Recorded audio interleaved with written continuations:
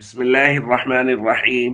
عن أبي موسى رضي الله تعالى عنه قال قال رسول الله صلى الله تعالى عليه وسلم: أعظم الناس أجرا في الصلاة أبعدهم فأبعدهم ممشى. رواہ البخاری۔ نبی کریم صلی اللہ علیہ وسلم نے ارشاد فرمایا، نماز میں ثواب کے لحاظ سے بڑھ کر وہ شخص ہوتا ہے جو مسجد میں نماز کے لیے زیادہ سے زیادہ دور سے چل کر آئے۔ دوستو، مساجد کی طرف زیادہ قدم اٹھانا اللہ اور اس کے رسول کو بہت پسند ہے۔ اسی لیے نبی کریم صلی اللہ علیہ وسلم نے ایک جگہ فرمایا، الا ادلکم علی ما یمحو اللہ بہ الخطایا ویرفع بہ الدرجات، کیا میں تمہیں ایسی بات نہ بتاؤں جو گناہوں کو مٹا دے اور درجات کو بلند کر دے؟ صحابہ کرام نے کہا، بلا یا رسول اللہ، ضرور بتائیے۔ تو آپ صلی اللہ علیہ وسلم نے 3 باتوں کا ذکر کیا، ان میں سے ایک فرمائی، وَكَثْرَةُ الْخُطَىٰ إِلَى الْمَسَاجِدِ، مساجد کی طرف زیادہ قدم اٹھا کر آنا درجات کو بلند کرتا ہے اور گناہوں کو مٹا دیتا ہے۔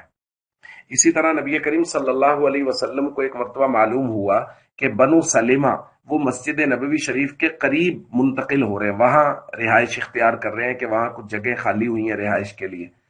تو نبی کریم صلی اللہ علیہ وسلم کو یہ بات پہنچی تو آپ نے ان سے پوچھا کہ مجھے یہ بات پہنچی ہے، تریدون ان تنتقلوا قرب المسجد، کہ تم لوگ مسجد کے قریب منتقل ہو رہے ہو؟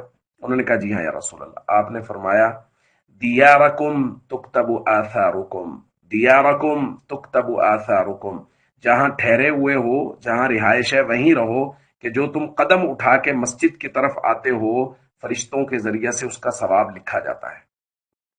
اسی طرح نبی کریم صلی اللہ علیہ وسلم نے ایک روایت میں فرمایا، بشر المشائین فی الظلم الی المساجد بالنور التام یوم القیامہ، وہ لوگ جو راتوں کی تاریکیوں میں مساجد کی طرف قدم اٹھا کے آتے ہیں، ان کو قیامت کے دن تام اور مکمل نور کی خوشخبری دے دو کہ یہ راتوں کو مساجد کی طرف قدم اٹھا کے آنا اللہ کو اتنا محبوب ہے کہ قیامت میں اللہ ان کو مکمل اور تام نور نصیب فرمائے گا۔ تو دوستو، ہم سب کو چاہیے اس بات کا پورا اہتمام کریں کہ مساجد میں جائیں، نماز مسجد میں ادا کریں۔ جتنے زیادہ قدم اٹھائیں گے اللہ اتنے ہی زیادہ خوش ہوں گے، اتنے ہی درجات بلند ہوں گے اور اتنے ہی گناہ معاف ہوں گے۔ السلام علیکم ورحمۃ اللہ وبرکاتہ۔